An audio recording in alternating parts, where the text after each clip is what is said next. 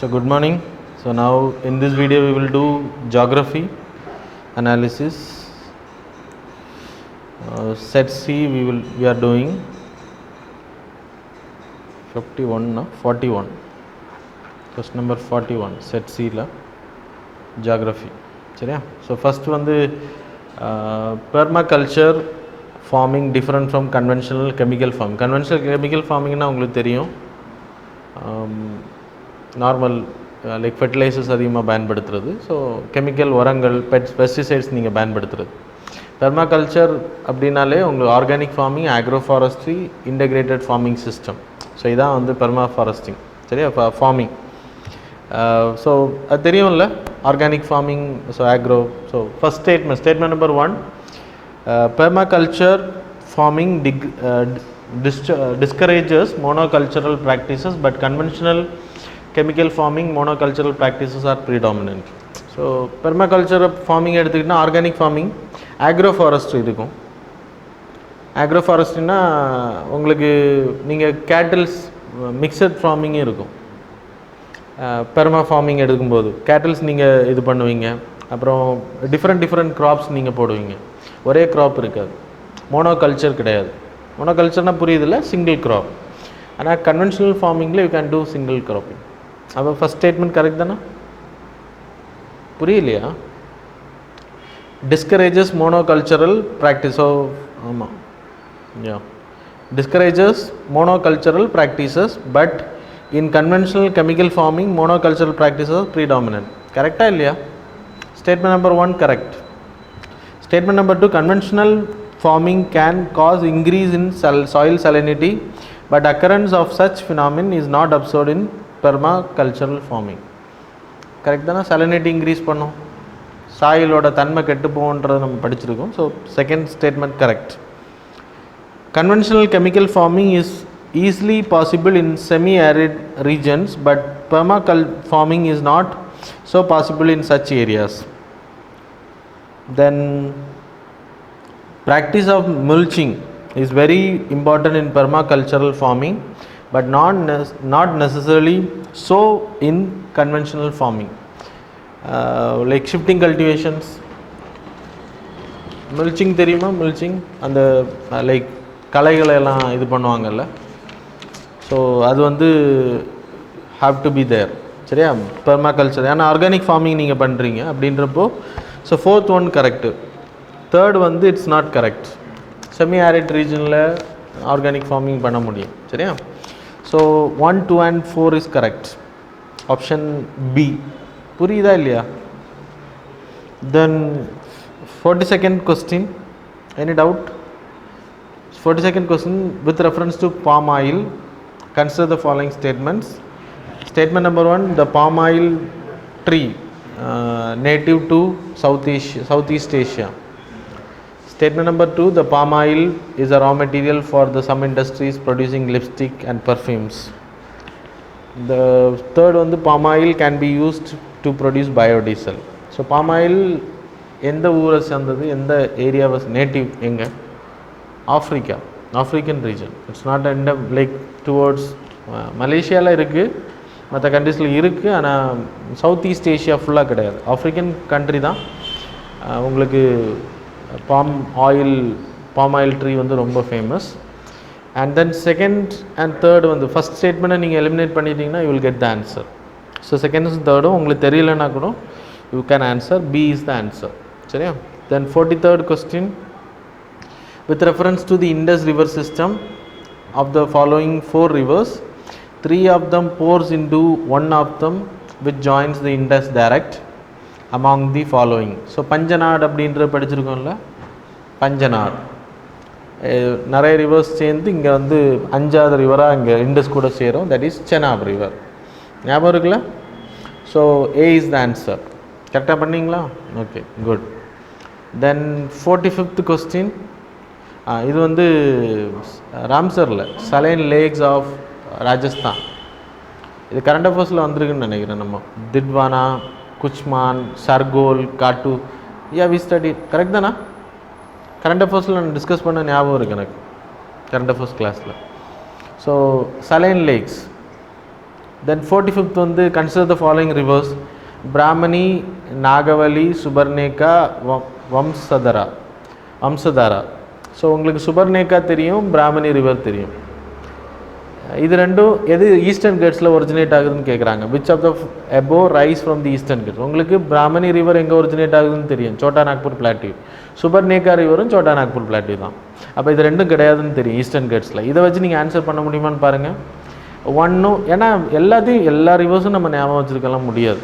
So நம்ம ஊரில் இருக்கக்கூடிய வைகை ரிவர் நார்த் இந்தியன் பீப்புளுக்கு தெரிய வாய்ப்பு கிடையாது.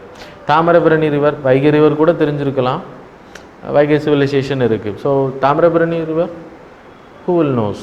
ஸோ எல்லா ரிவர்ஸும் நம்ம ஞாபகம் வச்சுக்கோம், அது யூபிஎஸ்சிக்கு நல்லா தெரியும். It's not possible. அதனால் UPSC will give some hints.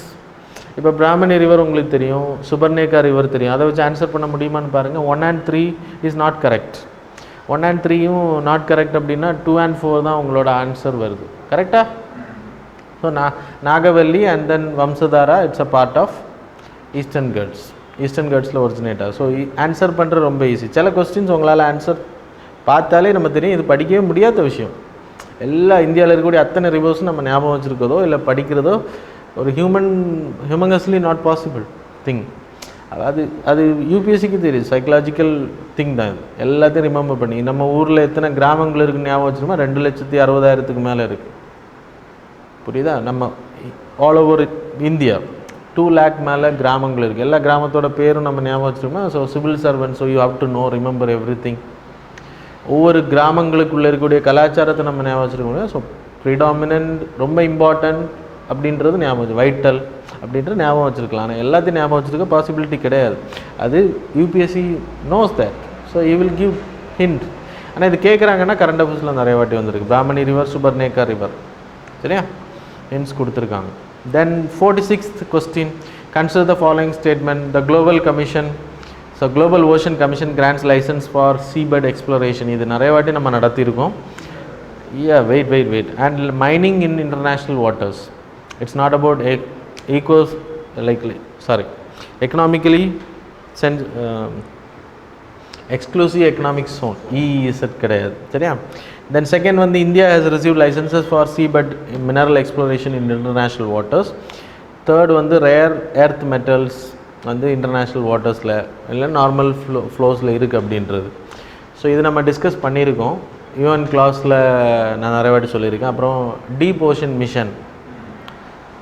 Mission on deep ஓஷனில் நான் உங்களுக்கு கிளாஸஸ் நடத்தியிருக்கேன். அப்போ அந்த யூஎன் கிளாஸ் என்ன சொல்லுதுன்னா, எக்ஸ்க்ளூசிவ் எக்கனாமிக் ஜோன் வரைக்கும் கண்ட்ரோல் யாருக்கு அப்படின்றத டிஃபைன் பண்ணுது united nation conventional laws of seas. ரீசெண்டாக கூட நம்ம கரண்ட் அஃபேர்ஸில் டிஸ்கஸ் பண்ணோம்.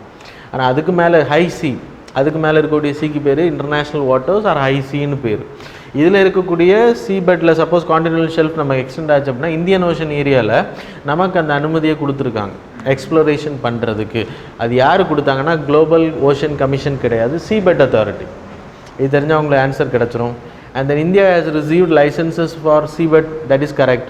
அப்புறம் மெட்டாலிக் நோடியூல்ஸ் எடுக்கிறதுக்கு நம்ம அனுமதி பெற்றிருக்கோம். ஸோ 3 and 2 இஸ் கரெக்ட், சரியா? Very easy, current affairs linked, geography ரிலேட்டடாக வருது. B is the answer. எப்போவுமே நீங்கள் கான்செப்ஷனல் அப்புறம் கரண்ட் அஃபேர்ஸ் லிங்க்டு படிச்சிங்கன்னா கண்டிப்பாக யூ கேன் ஆன்சர். நீங்கள் கொஸ்டினை பார்க்கும்போது பயமாக இருக்கும், குளோபல் ஓஷன் கமிஷனாக நம்ம இதுவரையும் கேள்விப்பட்டதே இல்லை அப்படின்னு. நத்திங், அங்கே அது அவங்க லைசன்ஸ் கொடுக்க வேண்டிய தேவையில்லைல்ல. ஸோ அதை பார்த்து நீங்கள் பயப்படாதீங்க, சரியா? 47th question, among the following which one is least water efficient crop. Water efficient crop உங்களுக்கு தெரியும், சுகர் கேன் வாட்டர் அதிகமாக எடுக்கக்கூடியது. ஸோ சன்ஃப்ளவர் பாசிபிலிட்டி இல்லை, மில்லட், ரெட் கிராம் எல்லாமே எடுக்காது, தண்ணி அதிகமாக யூஸ் பண்ணிக்காது. So sugar cane is least water எஃபிஷியன்ட்னா வாட்டரை யூஸ் பண்ணக்கூடாது. அதில் நீங்கள் ரெட் கிராம் எடுத்துக்கலாம், பீல் மில்லட் எடுத்து. ஆனால் லீஸ்ட் கொடுத்துருக்காங்க அப்படின்னா கம்மியான water efficiency, that is sugar cane. So 48 question, set ஏல 58, சரியா? Consider the following statements. In the tropical zone, the western section of the ocean are warmer than eastern section owing to influence of trade winds. Statement number 2, in the temperate zone, westerlies make the eastern section of the ocean warmer than the western section. So you people know that நம்ம நிறைய வாட்டி இதை discuss பண்ணது தான். So south east trade wind, north east trade wind, அப்புறம் you having westerlies then easterlies. கரெக்டா? So இப்போ இந்த ஏரியாவில் நீங்கள் எடுத்துக்கிட்டா நார்த் ஈஸ்ட் அப்புறம் வெஸ்டர்லீஸ். ஸோ வெஸ்டர்ன் செக்ஷன் ஹீட்டாக தானே இருக்கும், இங்கேருந்து தானே போகுது, அப்புறம் இங்கே ஹீட்டாக தானே இருக்கும். கரெக்ட் தானே? So both statements are correct. Confuse ஆகிருந்துச்சுன்னா டயக்ராம் வரைஞ்சி படிக்கணும். Okay, problem solve. So both is correct. C அங்கே தப்பாக மார்க் பண்ணியிருக்கு, ஏன்னு போட்டிருக்காங்க, it's not correct. So both are correct. Then 49th question, smart agriculture. இது நம்ம அடிக்கடி இந்த digital agriculture, climate resilient mechanism படிக்கும்போது நம்ம பாக்ஸ்லலாம் நான் போட்டு கொடுத்துருக்கேன் கரண்ட் அஃபேர்ஸில். ஸோ கிளைமேட் ஸ்மார்ட் வில்லேஜ் பார்த்துருக்கோம். ஸோ ஃபஸ்ட் ஸ்டேட்மெண்ட் என்ன சொல்லுது அப்படின்னா, the climate start okay the climate smart village.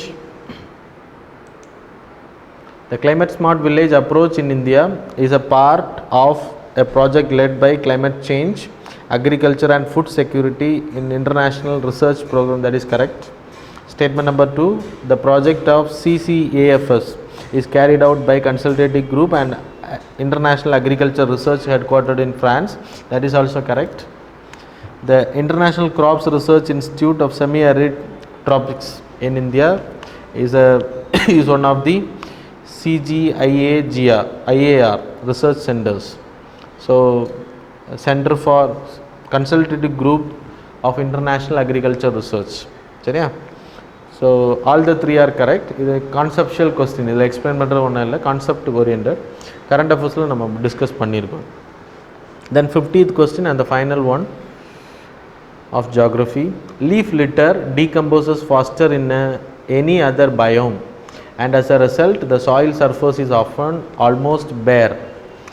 Apart from trees, the vegetation is largely composed of plant forms that reach up into the canopy vicariously by climbing the trees or growing the epiphytes rooted on the upper branches of trees. This is most likely description of which forest? Coniferous forest will not come. And coniferous எங்கே இருக்கும்? மலைகளில். So it's not about leaf litter வந்து decomposes faster எங்கே இருக்கும்? மழை அதிகமாக இருக்கணும், வெயில் அதிகமாக இருக்கக்கூடிய பகுதிகள். Decomposes faster. புரியுதா? அப்போ இதில் உங்களுக்கு ட்ரை டெசிசியஸ் மேங்க்ரூவ் ஃபாரஸ்டான பாசிபிலிட்டி இருக்குது, ட்ராபிக்கல் ரெயின் ஃபாரஸ்ட்.